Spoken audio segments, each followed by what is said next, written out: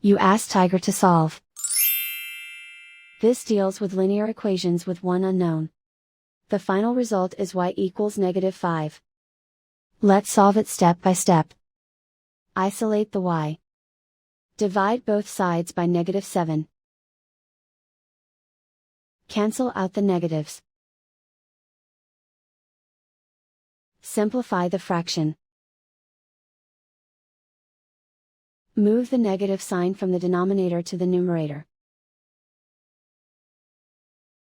Find the greatest common factor of the numerator and denominator. Factor out and cancel the greatest common factor. And so the final result is y equals -5.